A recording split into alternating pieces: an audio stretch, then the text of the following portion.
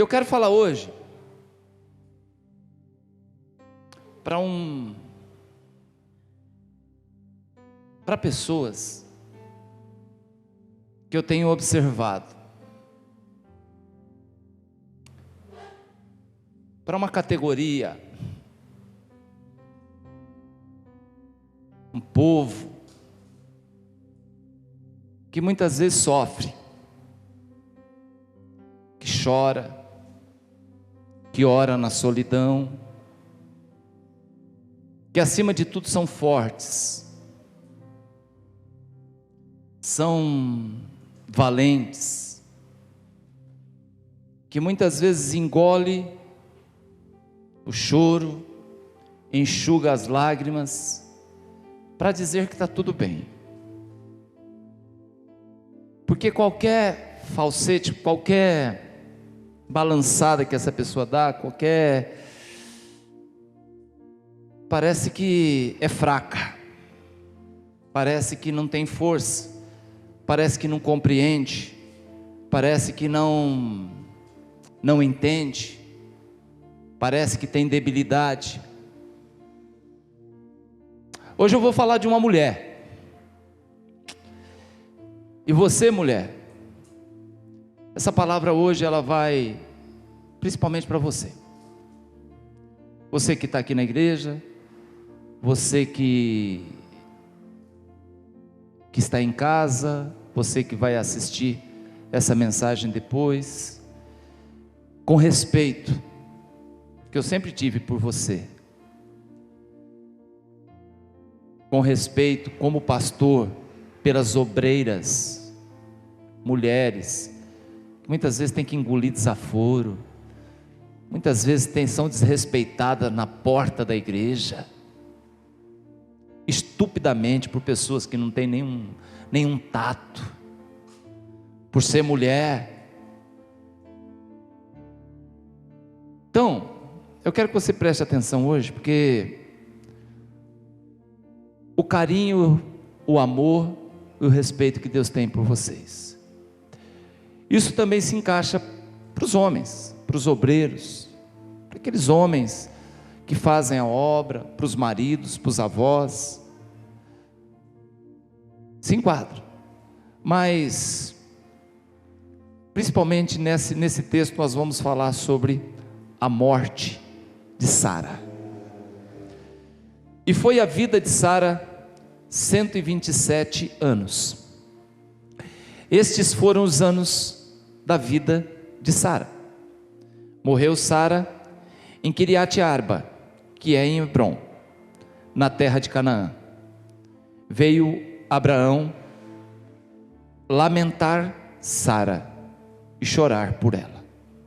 Depois se levantou Abraão diante da sua morta e falou aos filhos de Hete, dizendo: eu sou estrangeiro nessa terra, sou peregrino entre vós, por favor, dai-me por possessão de sepultura convosco, para que eu sepulte a minha morta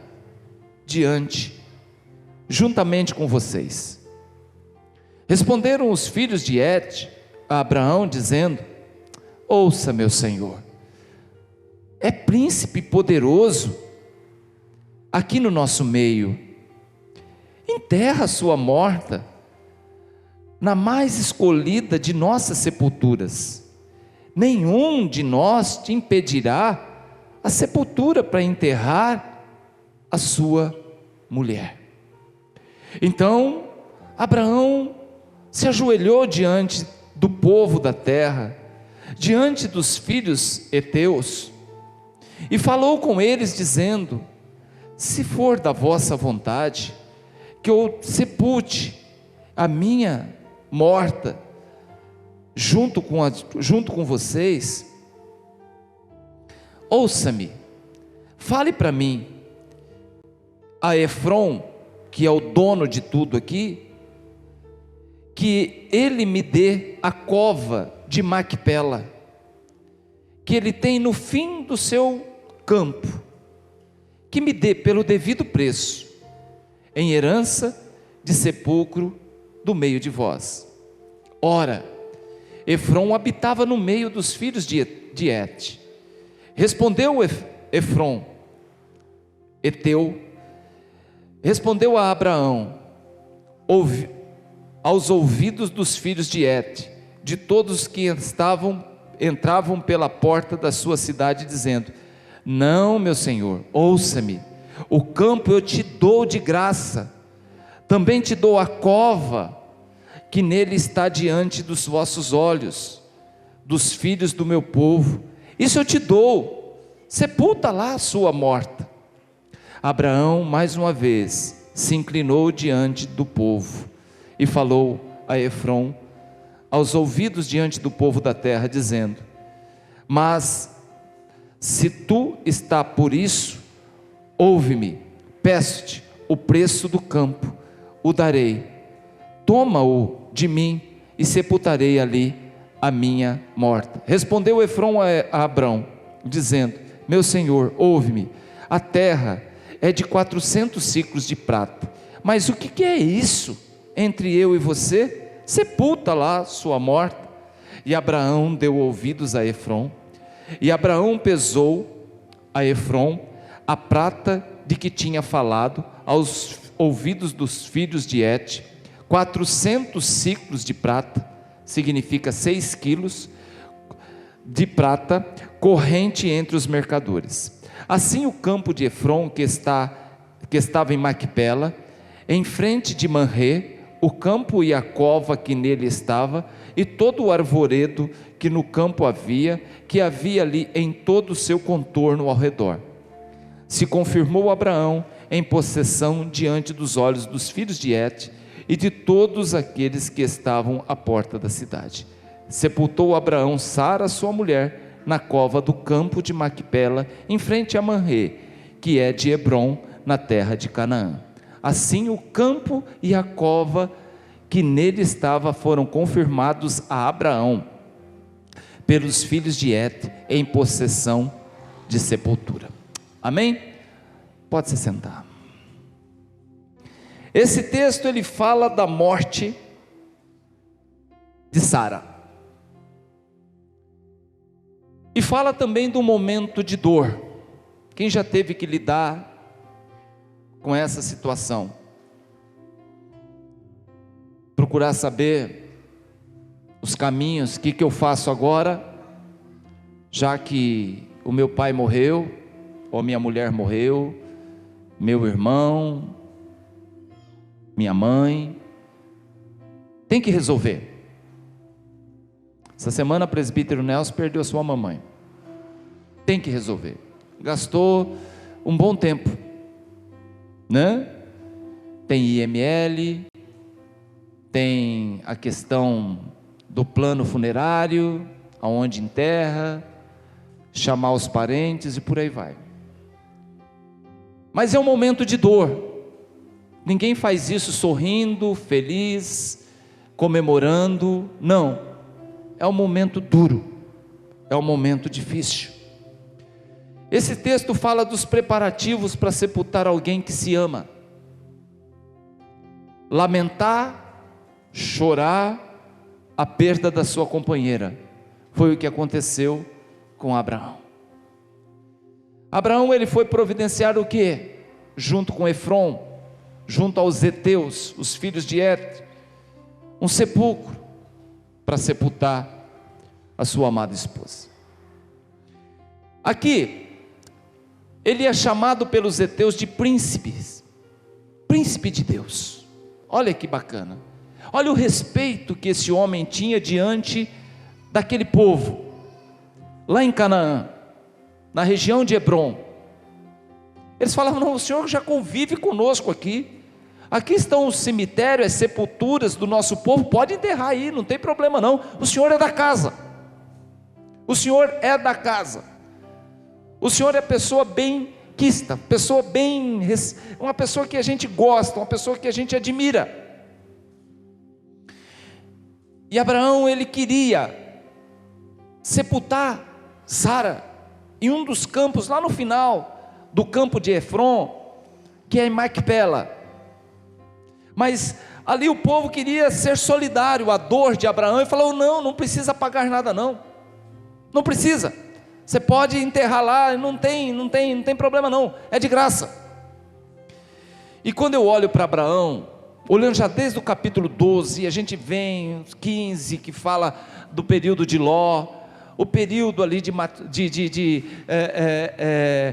que ele vem com os reis, que ele fala dos reis de Sodoma, de Gomorra, que quiseram, de alguma forma dar uma oferta para ele, do momento em que tentaram dar dinheiro para ele como gratificação, e agora querendo dar um campo, um espaço de terra para ele sepultar sua morte. Eu vejo em Abraão que não há oportunismo.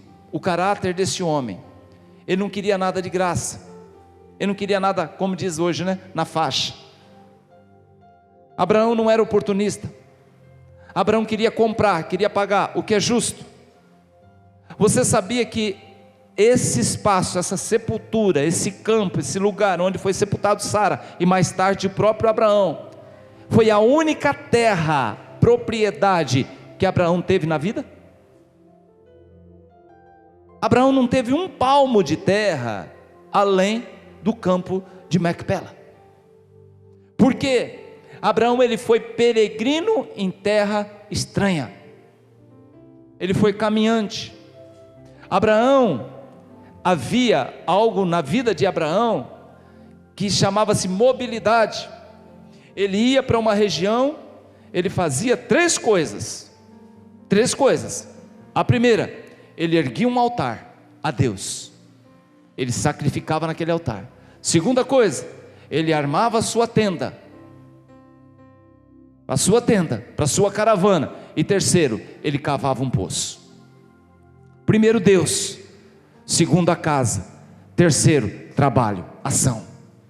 Muitas vezes a gente inverte, a gente deixa Deus lá no final. Vamos trabalhar, vamos construir a tenda e vamos esperar em Deus. Não, busque Deus primeiro, construa a sua vida, a sua casa, e trabalhe muito, que Deus vai te abençoar. Então a vida de Abraão era assim, uma hora está aqui, outra hora está lá, outra hora está lá, e por aí vai. Então foi o único campo, o único espaço que ele teve, porque ele nunca foi oportunista. E eu vejo o caráter desse homem já velho, quando ele se nega a tomar posse de uma simples sepultura. Esse caráter de Abraão, nós podemos ver lá atrás, no capítulo 14 do próprio Gênesis, quando o rebanho dele está muito grande, o de Ló também, e de repente ele resolve se separar de Ló, e fala assim: Ló, escolhe uma terra para você poder criar o seu rebanho. Então Ló olha para os campos de Berseba, que são deserto, seco, pouca comida, pouca água, e ele fala: não, aqui não. Ele olha para as campinas do Jordão, Sodoma, Gomorra, tudo verdinho à beirada do rio Jordão, falando: eu fico aqui, e fique você com o deserto. Então Abraão, ele poderia tirar proveito dessa situação, mas ele deu preferência para que o seu sobrinho escolhesse a terra para se estabelecer. O que vai acontecer lá na frente é que essa escolha aparentemente bem observada por Ló vai lhe trazer problema, e essa escolha aparentemente ruim, ao que sobrou para Abraão, vai lhe trazer prosperidade, porque em Berseba Deus estava, em Sodoma e Gomorra não. Não importa, meu irmão, minha irmã, o que você está fazendo, aonde você está fazendo, de que forma você está fazendo, mas lembre, se está fazendo com Deus, vai dar certo. Se você está caminhando com o Eterno, vai prosperar, porque Deus é Deus, e Ele prospera no deserto. Ele faz as coisas acontecer num tempo de pandemia. Ele faz as coisas prosperar em tempo onde a economia está uma lástima na vida do crente. Nós vivemos hoje num mundo onde quem não leva vantagem é considerado bobo, Infelizmente, eu ouvi isso da boca de um pastor há alguns anos atrás. Ele usou o termo bem pejorativo, ele falou assim: quem não leva vantagem, se você não tirar proveito, é trouxa. Hoje tem que se levar vantagem em tudo, e muitas vezes essa vantagem, no meio do povo crente, chama de bênção. Não, o Senhor tem abençoado, não, querido. Toma muito cuidado com a sua interpretação daquilo que chega à sua mão, se realmente vem da parte de Deus. Deus é um Deus que Ele trabalha para te dar condição, para que você evolua, para que você prospere. Você não precisa de favor, você não precisa de esmola, né? E muitas vezes aquilo que você chama de bênção, não tem a bênção do Senhor. Tem gente que diz que tudo é bênção, tudo é bênção, mesmo que a bênção às vezes está prejudicando alguém. Ah não, pastor, mas eu fui beneficiado, eu fui abençoado. Não, mas a outra pessoa foi também? Às vezes num negócio, às vezes né? A outra pessoa foi abençoada, fez bem para outra pessoa? Não, prejudicou, então não é bênção na sua vida. Preste muita atenção, aí é oportunismo, é oportunismo. Quando Deus lhe dá condição e você se esforça e consegue, aí sim está a bênção. E Abraão não quis escolher a melhor terra aos olhos dele, que era Sodoma e Gomorra e as campinas do Jordão.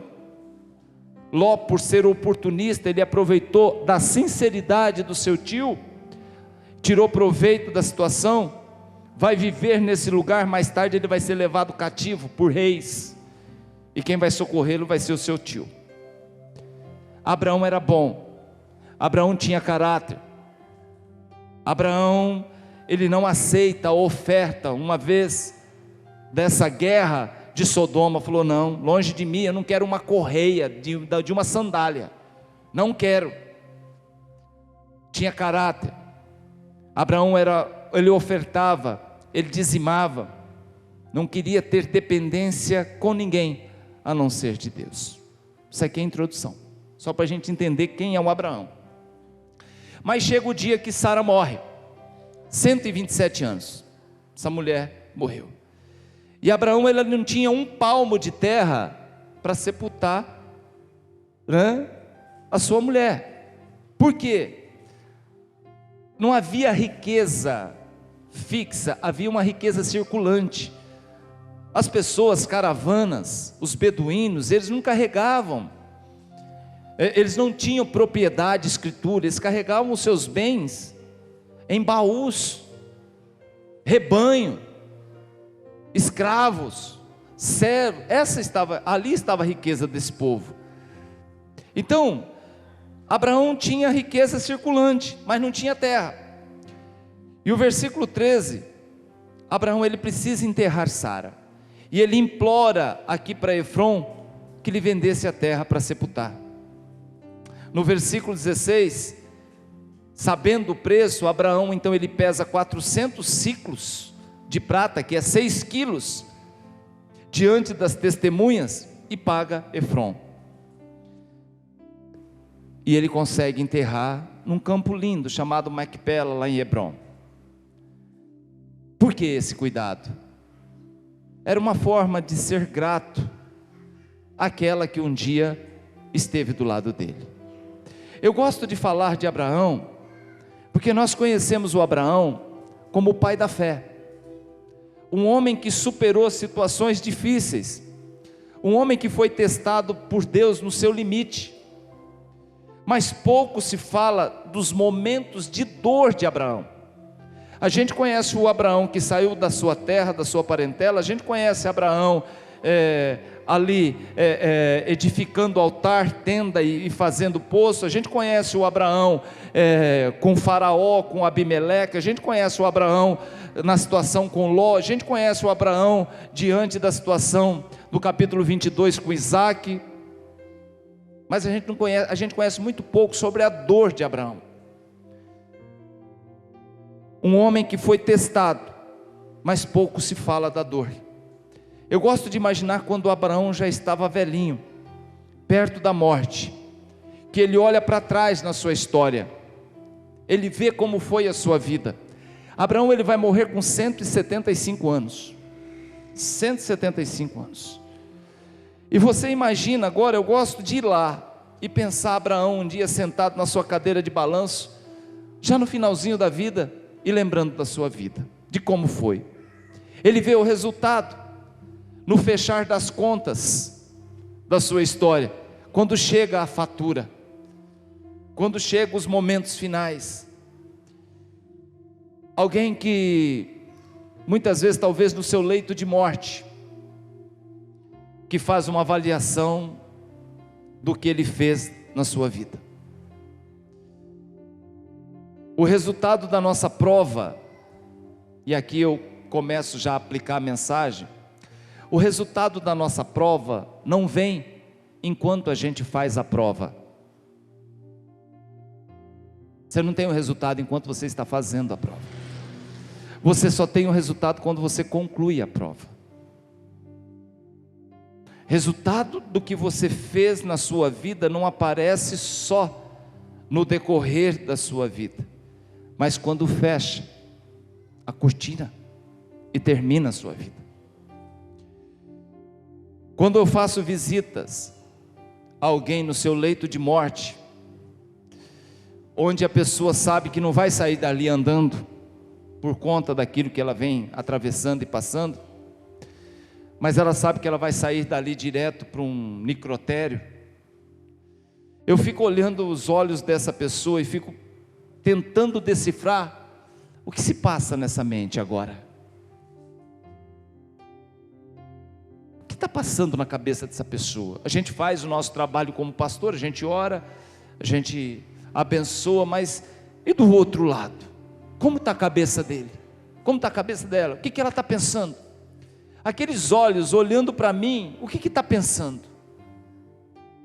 Não tem força, sabe que não vai sair dali, né? Sabe que está nos seus momentos finais, à beira da morte. O que se passa pela mente de alguém assim?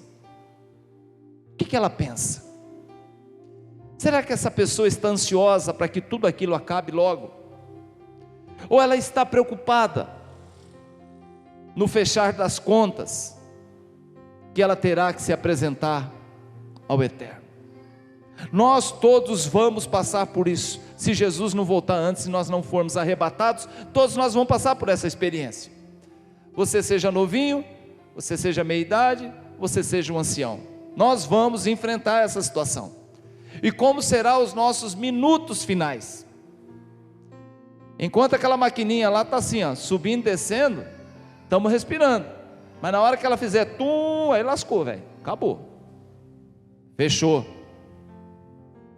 bateu o dedo no interruptor, apagou, o trem parou, desce da plataforma. Como será? Como será? Todos nós vamos passar por esse processo um dia. Por quê, pastor? Porque a morte é democrática, ela não escolhe, é todo mundo. E Abraão, ele, quando estava talvez nos seus momentos finais, ele olha para a sua história, ele olha para trás e com certeza ele lembrou de Sara. E a vida da esposa de Abraão, como será que foi a sua história? A história de Sara, será que foi só flores? Sara significa princesa. Será que foi uma vida de princesa? Uma mulher que acompanhou seu marido durante muitos anos. Uma mulher que foi, e aqui o seu Abraão tem culpa no cartório. Uma mulher que foi humilhada. Uma mulher que foi omitida. Ela não é minha mulher, ela é minha irmã. Por 2 vezes. Uma mulher que apesar da idade era bonita, desejável, e por isso tratada como um objeto. Essa mulher, ela continua junto com Abraão, diante de tudo isso. Em alguns momentos Abraão não se preocupou com Sara. Abraão se preocupou em salvar a sua própria pele. Capítulo 12, verso 11 ao 13. Depois você lê, Abraão está preocupado com a sua esposa, nós estamos chegando aqui no Egito, mas se ele perguntar alguma coisa, você fala que é minha irmã, você não é minha mulher, você não é minha mulher. Isso vai trazer um problema para Faraó. Deus quase mata Faraó. Faraó chega para Abraão e fala: que lambança é essa que você fez? Você falou que era sua irmã, na verdade era sua esposa. Eu quase me deitei com ela. Se eu faço isso, Deus me mata. Você é louco, você perdeu o juízo, some daqui. Pega toda essa riqueza que eu estou te dando. Olha a riqueza entrando na vida de Abraão. E volta para sua terra. Eu fico perguntando, Lê, como que Sara volta? Qual o sentimento dessa mulher? Um joguete. Estudiosos dizem que Sara chegou a ser levada às câmaras, ao quarto de Faraó. E Deus falou: se você colocar um dedo nessa mulher, eu te mato, porque ela é esposa do meu servo. Como está o coração de: sai do quarto, veste a roupa, volta para o seu marido, chama o Abraão. Você é louco? Você perdeu o juízo? Ah, mas se eu falasse que era minha esposa, talvez vocês iriam me matar. Cadê a confiança em Deus? Cadê o pai da fé? Ah, pastor, mas isso é no comecinho, capítulo 12, o homem ainda está sendo testado, está sendo, forjado por Deus, está preparando, vai se tornar o pai da fé lá na frente, beleza. Mas olha para a mulher. Todo mundo olha para Abraão, solta fogos de artifício e fala assim: é o pai da fé, sou filho de Abraão. Eu paro, meu irmão, muitas vezes com a minha Bíblia aberta, eu fico olhando para Sara. Você poderia dizer: pastor, está certo, o cara pisou na bola, foi um deslize. Ele pisou na bola, foi um deslize. Capítulo 12 aqui, marcou, não devia ter feito isso. Não demora muito tempo, vai acontecer de novo. Um homem chamado Abimeleque, ele chega na terra de Abimeleque, a mesma história. A mesma história. Capítulo 20 de Gênesis, depois você lê, a mesma história. Sara passa pelo mesmo problema. Eu fico imaginando a situação dessa mulher. Se não fosse Deus interferir por 2 vezes, Sara teria sido abusada, usada, e o plano de salvação ficaria comprometido, porque teria que sair dela o filho da promessa. Agora são velhos, eles estão velhos. Sara aqui tem quase 80, tem mais de 80. O Abraão tem 90. Humilhada. Você sabe por que ela era humilhada? Porque não tinha filhos. Sara era estéril. Uma mulher sem filho era considerada maldição. 2 velhos sozinhos, acreditando numa promessa que estava na agenda de Deus. Como é isso, pastor? Eles não têm 20 anos, não têm 30 anos. Deus prometeu. Espera lá, eles têm 90 anos. A outra tem 80. Como que é isso, pastor? Eu estou confiando, eu estou acreditando na promessa que está na agenda de Deus. 2 velhos e o contador de tempo, ampulheta de areia, mostrava que a areia escorria para baixo e diminuía cada vez mais o tempo. Com o tempo acabando, juntamente com o vigor, a velhice cada vez mais acentuada, juntamente acabando também a esperança. E aí foi o dia que Sara foi tola. Sara tem uma ideia que eu me nego a imaginar que veio de Deus. A Bíblia diz que a mulher sábia ela edifica e a tola ela destrói.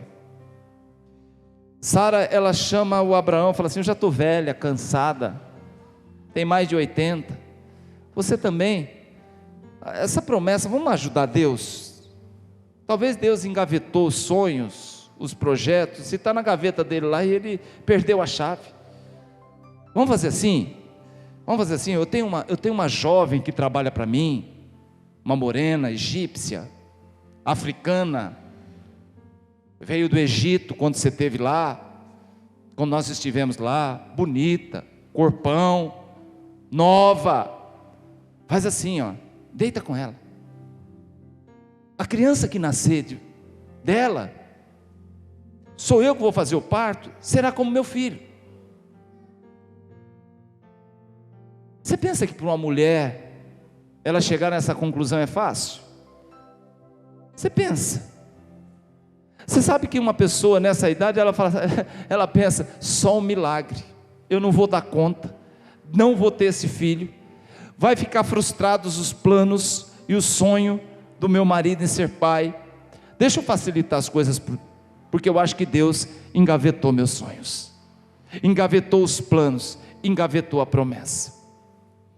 Sara, a mulher que um dia saiu de perto de seus parentes, abandonou a sua família, teve que peregrinar por terras estranhas. Sara não tinha residência fixa, volta e meia estava com uma bacia de mudança na cabeça, acompanhando seu marido. Sara, que por 2 vezes foi usada pelo seu marido como objeto para salvar a pele do próprio marido. E agora você imagina esse dia que Abraão entrou na tenda de Agar. Você consegue ir comigo lá na tenda de Sara agora? Você consegue entrar na história? Eu vejo Sara sozinha na tenda, olhando para o nada, ou olhando para a tenda de Agar. Eu vejo Sara quando ela vê seu marido entrando na tenda da escrava. Alguns minutos depois, o marido saindo da tenda de Agar. Abraão está sem graça, Agar está altiva, e Sara está pensativa. No mês seguinte, estamos falando só de Sara hoje. Se você não conhecia um pouquinho da história dessa mulher, hoje você vai ficar conhecendo, porque muitas vezes as pessoas só atiram pedras. No mês seguinte, a escrava Agar procura Sara e diz: olha, estou grávida do seu marido, do seu homem,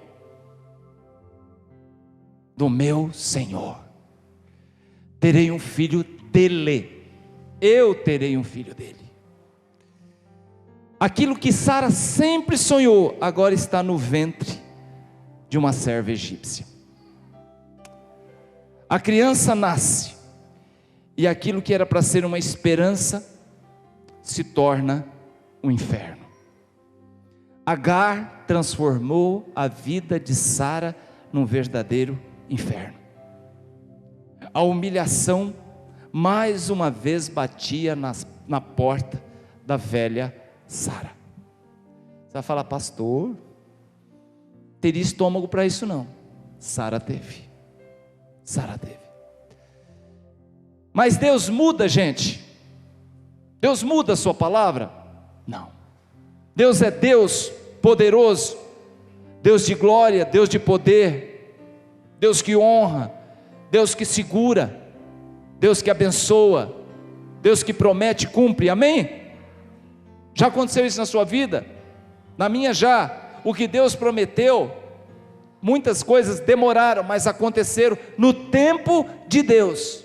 Antes que a último grão da ampulheta, antes do contador de tempo caísse e zerasse, Deus entrou com providência. Antes do bater do martelo, antes do apagar das luzes, eu lembro que eu tenho um Deus. Você tem um Deus, e nós temos que confiar no caráter desse Deus. Deus não muda, e a sua palavra também não. Sara está com 90 anos, e se torna mãe. Isso é lindo. Sara, 90 anos, e se torna mãe. Você pode perguntar: pastor, isso é possível? Sim, é possível, porque a palavra de Deus é fiel. 90 anos, pastor? Isso é possível? Sim, porque tem Deus por trás do negócio. Deus não tem duas conversas, querido. Ele não promete uma coisa para você hoje e muda de ideia amanhã. Não. Se você tem uma promessa de Deus, acredite que Deus cumprirá a parte dele do contrato. Deus, o que prometeu para Davi, Deus cumpriu. O que Davi prometeu para Deus, Davi não cumpriu.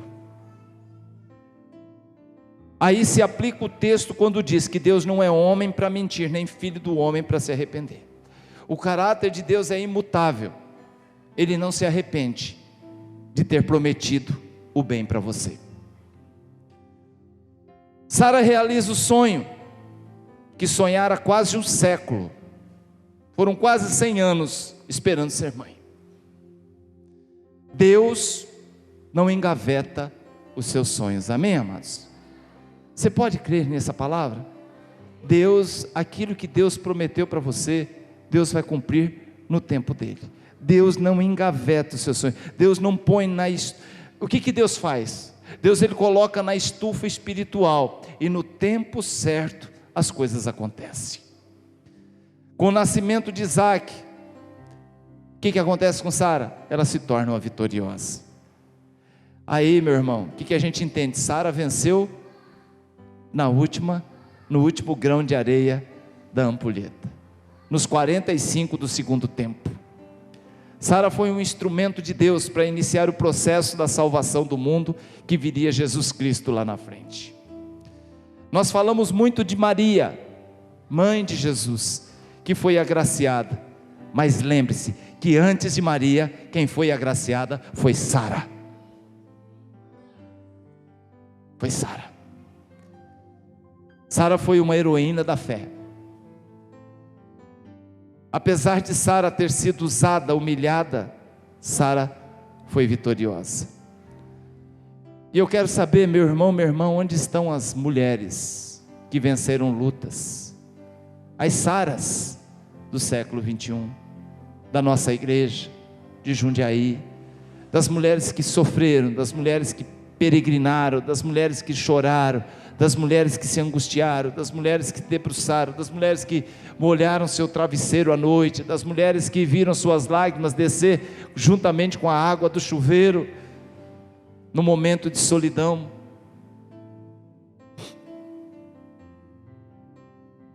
Não se entregue. Palavra de Deus para você, mulheres. Não se entregue. Não se entregue ao desânimo. Não desista dos seus sonhos. Sua família será uma bênção. Sua descendência será maravilhosa.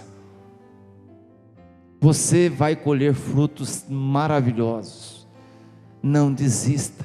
As coisas podem parecer que está meio bagunçada agora, meio turbulenta agora, mas permaneça confiando no caráter de Deus. Sara teve 127 anos de sua vida em comum. Deus honrou. Por isso, eu quero hoje terminar esse texto, essa mensagem, dizendo para você, mulher, você não está só, não desista. Você não foi enganada, humilhada, tratada com objeto sexual, empregada. Não pensa nisso não.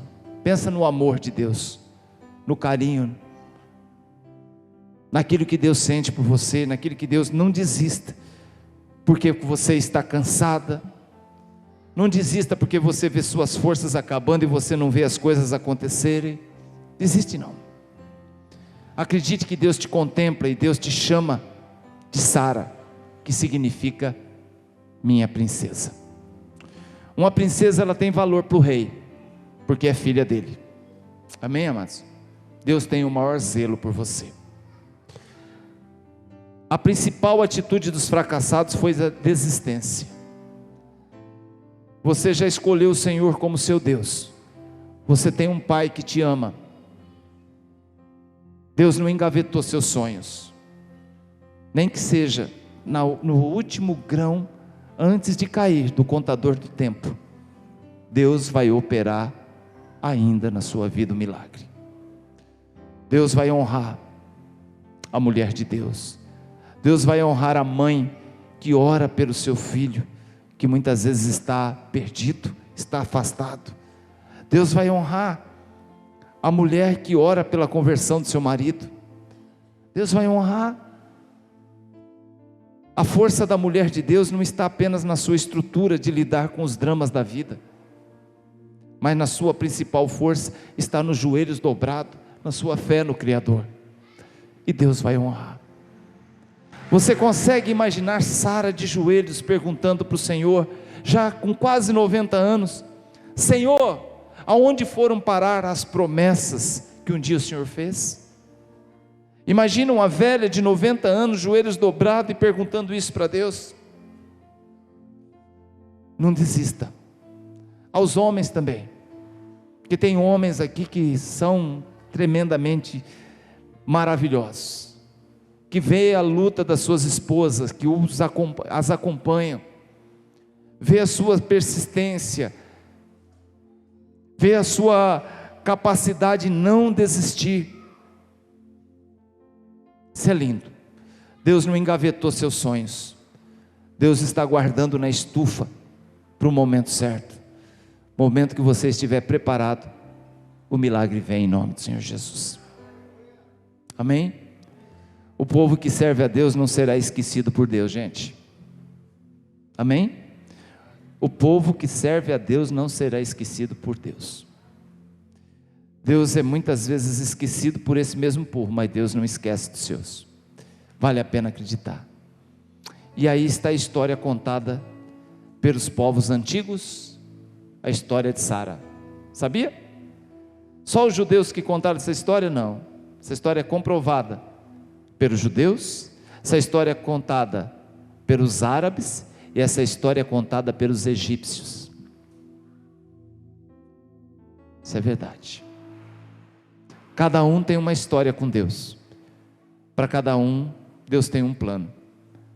Basta confiar na palavra de Deus e crer que a sua bênção vai chegar se você não atrasar o processo de sua vitória, da sua vida. A vitória chega em nome do Senhor Jesus. Se coloque em pé.